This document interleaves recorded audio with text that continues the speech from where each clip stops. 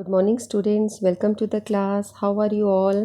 Are you ready for today's class? Worksheet number 7, Lines and Angles. Students, you might have observed many lines in your daily life. Like you might have seen this type of lines cutting across like the letter X. You have observed this letter. It is actually made up of two lines.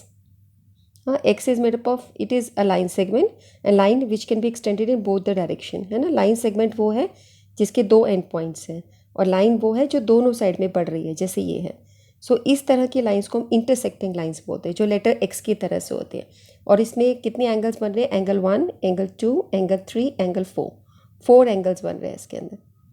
You observe the corners of your room and the floor.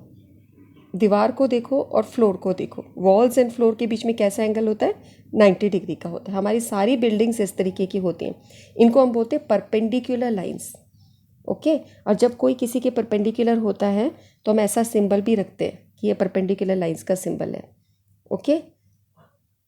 Have you observe the page of your notebook? वहाँ पर क्या रहती है? बहुत सारी lines रहती हैं. उनके बीच का डिस्टेंस देखा है? उनके बीच का डिस्टेंस हमेशा सेम होता है. दो लाइंस के बीच का इस तरीके के लाइंस होते हैं. इन लाइंस को हम बोलते हैं पैरेलल लाइंस. ये एक दूसरे के पैरेलल हैं. They will never meet each other. इनका डिस्टेंस हमेशा कांस्टेंट ही रहेगा. जो डिस्टेंस है वही डिस्टेंस सारी जगह रहेगा.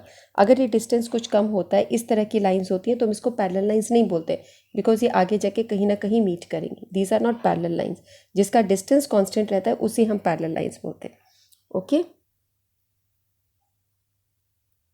If a line falls on two lines, जैसे ये दो लाइंस हैं, ये लाइंस कभी ना कभी आगे जाके इंटरसेक्ट करेंगे, पैरेलल लाइंस नहीं है. इस पे एक लाइन अगर फॉल करती है at different points, this line is called transversal line.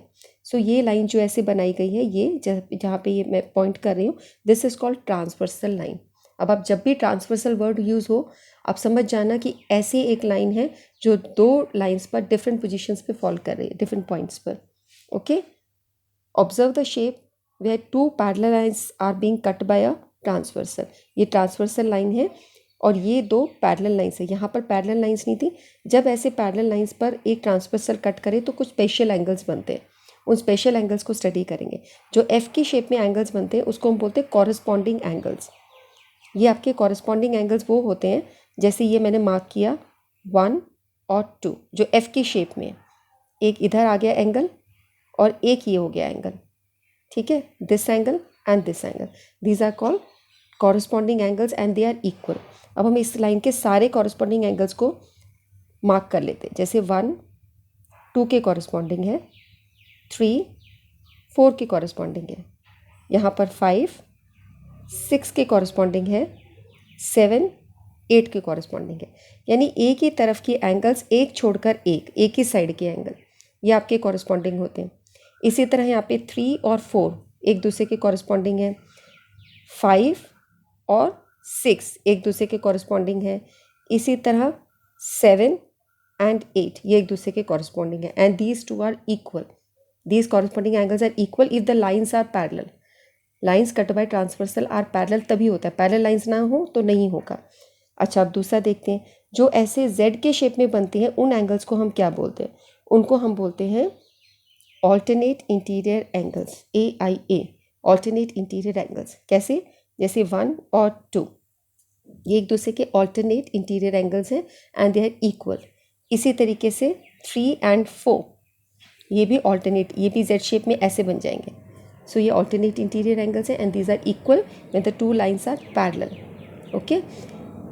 ऐसे भी एंगल्स बनते हैं when two lines are intersecting this way, x shape में, तो इनको हम बोलते हैं वर्टिकली अपोजिट एंगल्स. यहाँ पे 4 एंगल्स बन गए हैं. इसमें भी इक्वल होते हैं. किस तरीके से? Angle 1 is equal to angle 2, angle 3 is equal to angle 4. ठीक है. ये आपके हुए वर्टिकली अपोजिट एंगल्स. यहाँ पे इस फिगर को ऑब्जर्व करना है और कुछ क्वेश्चंस को आंसर करना है आपने. इन क्वेश्चंस को यहाँ पे इस फिगर को ऑब्जर्व करके ABCD फाइंड आउट करने हैं. एंड ये क्वेश्चन है. You have a COVID message also. Wash your hands with soap and water regularly. So in this figure, pair of corresponding angles. Corresponding angles कौन से होंगे आपके? 1 and 5. इसी तरह 2 and 6. यहाँ पर 4 and 8. और 3 और 7, 1 5 4 8 2 6। यहाँ पे मैंने एंगल का सिंबल नहीं लगाया, आप ऐसे भी लगा सकते हो, बिकॉज स्पेस वो था, आपकी टीचर जैसे आपको बोलें आप यूँ भी लिख सकते हो, एंगल 1 और एंगल 5, एंगल को दिखाने के लिए। और नंबर्स होते हैं तो हम बहुत बार ऐसे सिंपल ऐसे भी लिख देते हैं, जैसे मैंने अभी लिखा एंगल 4 और एंगल 8, इस तरीके से। ठीक है, नेक्स्ट देखते हैं vertically opposite angles.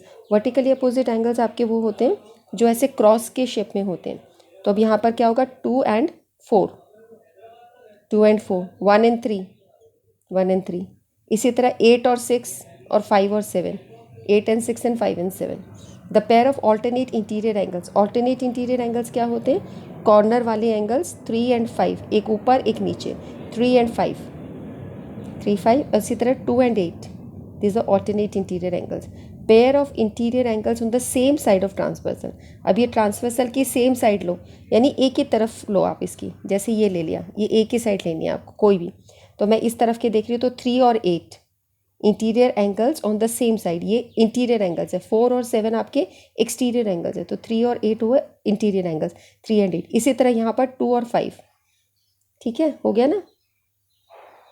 Question number 2 है, if P is parallel to Q। ये जो सिंपल है बच्चों, ये पैरेलल का है। If P is parallel to Q, जैसे ये आपका हम लिखते हैं P is equal to Q, ये हुआ P is parallel to Q। समझ गए, ये दो सिंबल्स में बच्चे बहुत कंफ्यूज करते हैं। Find all the unknown angles ABCDEF। अब आप ये देखिए बच्चों, अगर ये 125 है तो हम F को निकाल सकते हैं। ये और F दोनों एक दूसरे के साथ लीनियर पेयर है, ये दोनों लीनियर पेयर हुए ना। 180 से माइनस करो 125 को, यू विल गेट 10 में से 5 गए 5, 7 में से 2 गए 5, 55। सो ये आपका F आ गया 55। F 55 आ गया तो ये भी 55 आ गया, F और C है ना, ये भी 55। अच्छा, F आपका 55 आ गया, आप इससे E भी निकाल सकते हो। E इज़ 55, ये वर्टिकली अपोजिट है एक दूसरे के साथ। ठीक है, E निकल गया तो E और A एक दूसरे के साथ कॉरस्पॉन्डिंग है, E and A। So A is equal to 55 degree corresponding angles. C, अब A आपका निकल गया तो C, A और C एक दूसरे के वर्टिकली अपोजिट एंगल है, सो C इज़ 55। अब D आपका क्या है, 125 के साथ इक्वल है, कॉरस्पॉन्डिंग एंगल्स है। और B आपका, D और B एक दूसरे के वर्टिकली अपोजिट एंगल्स है। सो आप किसी भी मेथड से अप्रोच कर सकते हो, ऐसा नहीं कि जैसा मैंने बोला है उसी तरीके से चलना है, आपको कोई भी तरीका जो माइंड में स्ट्राइक करे वो आपको करना है। ठीक है, एक चीज़, जब भी आप डिग्री लिखोगे तो ऊपर ऐसे डिग्री का एक ये और लगा देना है, डिग्री का सिंबल, एक डॉट ऐसे 125 डिग्री, बिकॉज एंगल्स को हम ऐसे लिखते हैं। ओके, नेक्स्ट क्वेश्चन है आपका, if 2 lines intersect each other how many angles have been formed. अगर 2 लाइन्स एक दूसरे को इंटरसेक्ट करें, ये हमने बनाया 2 लाइन्स और ये के ट्रांसवर्सल इंटरसेक्ट कर रही है। अब ये इसमें बनते हैं आपके 8 एंगल्स, 1 2 3 4 5 6 7 8। हमारा क्वेश्चन है 2 लाइन्स एक दूसरे को इंटरसेक्ट करें, यानी ऐसे बनेगा इंटरसेक्टिंग लाइन्स का। इसमें कितने एंगल्स बन गए, 1 2 3 4। So how many angles are formed, 4 angles. Okay, इस काम को करो बच्चों, इसकी पिक्स अपनी टीचर्स को सेंड करो। ये टॉपिक बहुत इंपॉर्टेंट है for class 7 8 9 10। As long as you do this geometry portion on mathematics, ये आपका बहुत इंपॉर्टेंट है। कई बार क्लास 9th में बच्चे फिगर आउट नहीं कर पाते कौन सा कॉरस्पॉन्डिंग है, कौन सा ऑल्टरनेट है, और वो उसको सॉल्व नहीं कर पाते। तो इसको बहुत फोकस करना है, इसको लर्न कर लेना है। It is the foundation of geometry, है ना। लाइन्स एंड एंगल्स टॉपिक आपका 9th तक चलता रहेगा, ज्योमेट्री सेक्शन जहाँ तक चलना है। सो बेटर है आप भी करो, इसमें लेक्सिटी नहीं करना। कोई चीज़ समझ नहीं आ रही तो दोबारा से वीडियो देख लो, माइंड में एक बार एब्जॉर्ब हो जाएगा, you will never forget it. Okay, and if you are able to study well, do share the videos to your friends also so that they can also study, and we'll meet again in the next worksheet. Okay, till then, bye bye.